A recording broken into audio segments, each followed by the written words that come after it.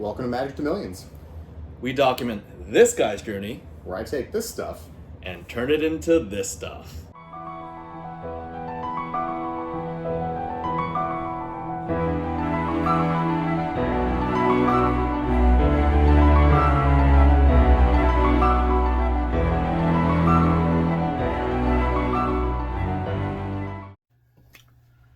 Ooh, so we got some spicy stuff today. So we're going to go into a little bit of graded talk, right? So Magic graded. Generally, the premium is BGS, PSA. Like PSA is sometimes sells higher. PSA 10s will sometimes sell higher if it's like an Alpha 10 Lotus or whatever. But honestly, the BGS 9.5 Alpha Lotuses, I don't think I've seen one hit market in years, not publicly anyway. It might be out there somewhere in some sale that I missed, but BGS 9.5 Alpha doesn't really hit market as often as PSA 10 Alpha does. Part of that is just due to the pop of PSA 10 Alpha, etc. But not going to go into pop reports and stuff. But generalized value is BGS is up here, PSA is here. CGC is one of the new companies along with PCG, and there's some other random no-name companies I can't think of off the top of my head. But CGC is kind of turning into like BGS, PSA, CGC is kind of here. If you guys have been following news at all and kind of keeping an eye on things, CGC recently graded some cards from a Pokemon YouTuber. It's like Vinta something, I think. Vinta Red, I don't know. It's like, it starts with a V.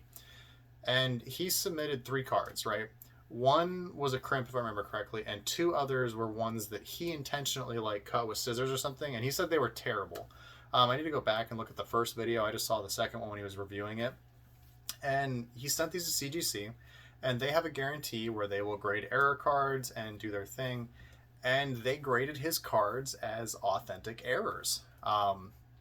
Kind of a problem if you're guaranteeing that you're grading authentic errors and you then grade errors that some dude cut with some scissors. That's kind of not good.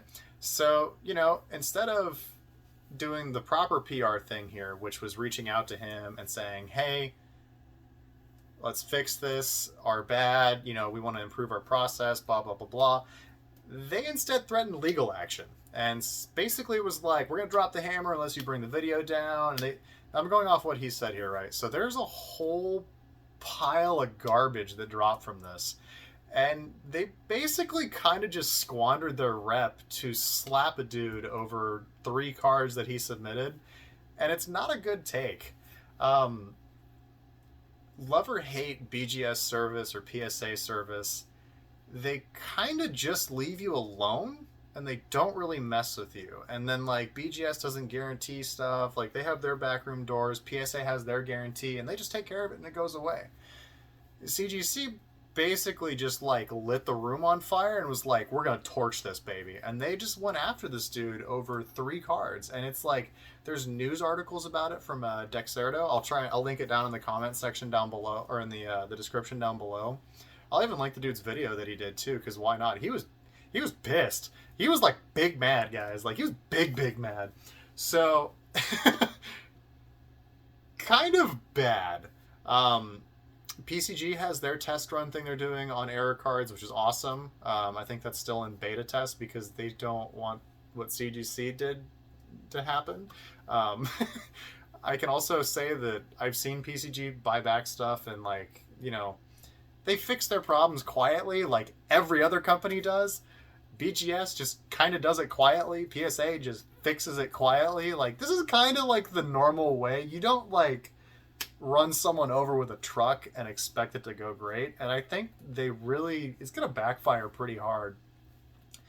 And it's going to be interesting to watch the ramifications on CGC, because I know CGC grades a ton of Pokemon. So it'll be interesting to see if that actually affects, maybe some other company moves up into the 3rd spot and CGC kind of falls down to the back burner. We'll kind of see what happens with this one. It's gonna be interesting, and I'm a big proponent of BGS. We grade everything on the channel you guys have seen has been graded with BGS. We had one PCG batch that we did some Y stuff with, and it turned out great. Their metal labels are insane, they're poggers, not gonna lie. And I've witnessed over the years the strength PSA has in the market. PSA will never be like a bad thing to grade your stuff with. The premium is there, the history is there with the market. BGS, the premium is there with the history in the market. It's established its dominance. If you want peak value, you grade a BGS 9.5 quad or a BGS 10. There just isn't many 10s in Magic. Like there's not many 10s in Fab. There's some perfect 10s in Pokemon, but again, like BGS just doesn't hand out these 10s like candy. And there's a lot of rumblings now, and this guy in the video he even talks about it. There's a lot of people that are upset with CGC getting rid of their subgrades, changing their label, and now on top of it, they're like going after this guy, threatening the hammer, and it's just like not the best life choices happening right now. And in a market like this one where it's frankly crap, and I'll talk about it next week too. There's collections selling for 30-40 cents on the dollar because people are just so wrecked in this economy. It's brutal. You know, I saw an article the other day. It was like really eye-opening for me, right? In America, 55% of people earning over 100K a year are living paycheck to paycheck right now. That is literally an article. You can go find it. You can search for it. It is publicly available. I'm not making that shit up. It's like 50 or 55%. And then people making over 150K up to some, whatever their cutoff number was. I don't know where the cutoff was. Maybe they did like 150 to 160K or something. Over that number, it was like 35% of people are also living paycheck to paycheck. That's brutal. Like, think about that for a second. I think what's minimum wage in the US right now? It's like 30K a year or something like that. It's not great. If the guys making over 100K a year are living paycheck to paycheck, and it's every other one almost, imagine how bad it feels for the guys trying to play Magic and be like, man, I just want to go rip a pack and play the game. Oh man, I pulled my PSA bunny queen lady that shoots Charizards, and they want to go get it graded, and they're like, well crap. Well, CGC was cheap, but I also don't trust them now. Like, you know, how's that dynamic going to play out in a bad economy? It's really important that they maintain their image in these kinds of things, and threatening the hammer right away in a crappy economy is really going to tighten people's wallets up more. And it'll be interesting to see if they come out after all this is done, or if it just kind of goes away and everyone just like walks away. That may probably be what will happen, honestly. Everyone will just kind of be like, I'm out later.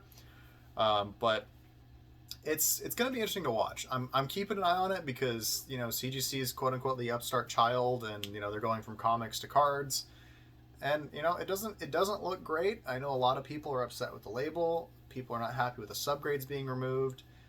You know, it's doesn't look good, guys. You know, so if you have your assets in CGC stuff, I would suggest being careful.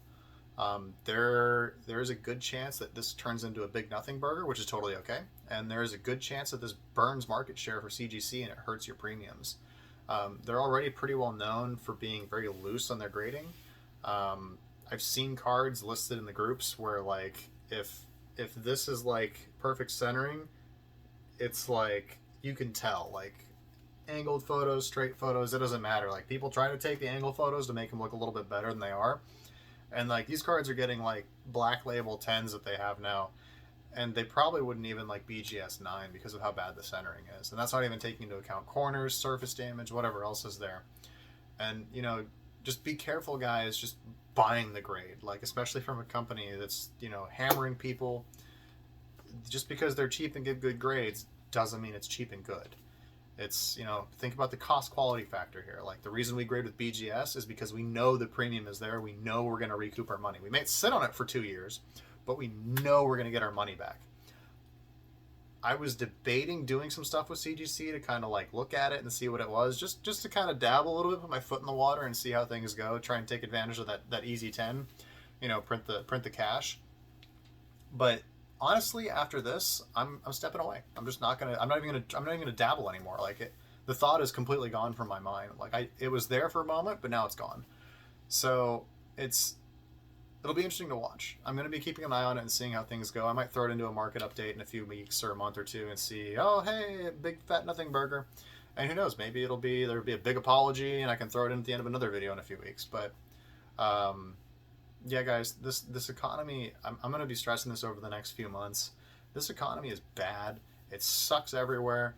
Mortgage rates are almost over 8% now. I think they were like 7.8 something earlier when I looked. My wife and I, we were going to buy a home.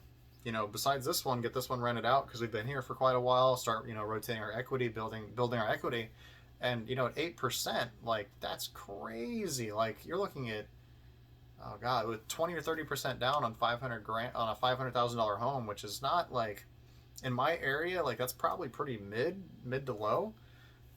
You're looking at $4 or $5,000 a month in mortgage payments. Like that's crazy. Like I can't fathom paying that.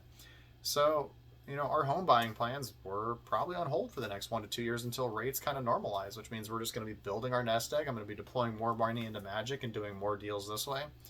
And I'm going to be not spending money at CGC for grading and continue spending money at BGS. So, it's one of those things where, just in this economy, guys, it's pretty cutthroat. I don't like dick people on deals, but I got poked the other day for an unlimited pack, and it's like, it's a loose pack, it's searched, I probably have a number for it that I can move it at and be okay with it. But honestly, because it's unlimited, I'm not gonna open it because it's just too expensive to open, knowing it's probably just a dead pack. And what, I don't want to pull some crappy card or some crappy rare and be stuck with crap. How many cards do I break even with? The duels. I don't think I break even with Vesuvian. I don't break even with Demonic. I don't break even with. I think the only thing you make money on or break even on is power. Because those packs are thousands of dollars, and I think the near mint unlimited duels. I think the most expensive one is like 1,500 UC. I think maybe 1,800, something like that. It's definitely not over 2 or 3. But yeah, so if I buy this pack for $2,000, like that's just abysmal EV. Like there's no point in opening it. It's cool to have it, but like there's just no point in opening it. So it's just like deals like this that are coming across the table. You have to think about them. Are you okay sitting on this for 1 year to 2 years? Do you want to just list it on eBay? Do you want to auction it? How's it going to work? And this market's rough. So that's kind of the theme, guys, is brutal markets here. Stay safe out there. Do not get wrecked. Do not leverage yourself in this market. If you have cash and you can deploy it, be smart. If you're going to buy something, look at what you're purchasing, evaluate if you can sell it or not. If you can move enough of it to recoup your money quickly enough and you're comfortable with that, great. If it's vintage and you are okay sitting on it for 10 years, great, because there is a good chance that vintage is going to be in the pooper for the next 5 to 10 years until we get the next big surge. And who knows, maybe it hits early and it's 3 years away or 2 years away or the next year. I wouldn't personally count on it because the economy is kind of crap, and when the economy is crap, everything's kind of crap. So I don't see a big boom happening in the next year, honestly, unless something really crazy happens. So be careful what you grade, who you grade with, what cards you're sending in. Be very, very selective of what cards you send in to grade. Saint and I spend hours and hours going through cards, picking them. He spends hours and hours, even when I'm not there, doing the same thing with our stuff because, we're both working different angles on this stuff. And, it's a slow grind, but if you're efficient and you're careful, you can be okay. A lot of that has to do with being selective of what you grade, and then being selective of who you grade with, and then being very careful of what you pick for turnaround times. This is not a market where you pick $500 submission and 2-day turnarounds and expect to make quick tendies. Like that is gone. The tendies market is gone. So don't go into that thinking that's what's going to happen. Anyway, guys, I'm going to go ahead and cut this short. I will do an update on the CGC thing in a few weeks, see kind of things, how this kind of blows over. It could be a big nothing burger. It's kind of my assumption at this point is a big nothing burger. But it's interesting to see and watch the dynamics change and adjust around CGC with this happening, because it doesn't look good. Threatening a small, well, I won't say small, threatening a pretty decent sized YouTuber with like 200,000 something people with a hammer, not the wisest choice. So let's observe and see what happens on this, guys. And I'll link the article down below so you guys can look at it and go dig into it deeper yourself. And stay safe out there, guys. Be careful. And You know, just be careful out there. It's not, the market is not good. It's not good. It's not good at all. It sucks. It sucks. It's painful. But it is what it is, guys. You know, stay thirsty, stay working, grind it out, and you'll get there eventually. And that's kind of the goal, is just don't be afraid to work. If you can work, you will make money. If at the end of the day, you may take some beats on the chin, but if you work and you work your ass off, eventually your work will pay off. Or you'll just grind out enough hard hours that you eventually just make enough money to chill. So, you know, whatever works out, right? That's why you have your eggs in multiple baskets, in Wise and retirement accounts, 401k, Magic, Fab, Graded, you know, diversify. Property, whatever else you can. Vintage cars, I don't know, whatever suits your fancy. But yeah, guys, I'll talk to you guys later and see you soon. And, oh, little cat, come here. Have a cat.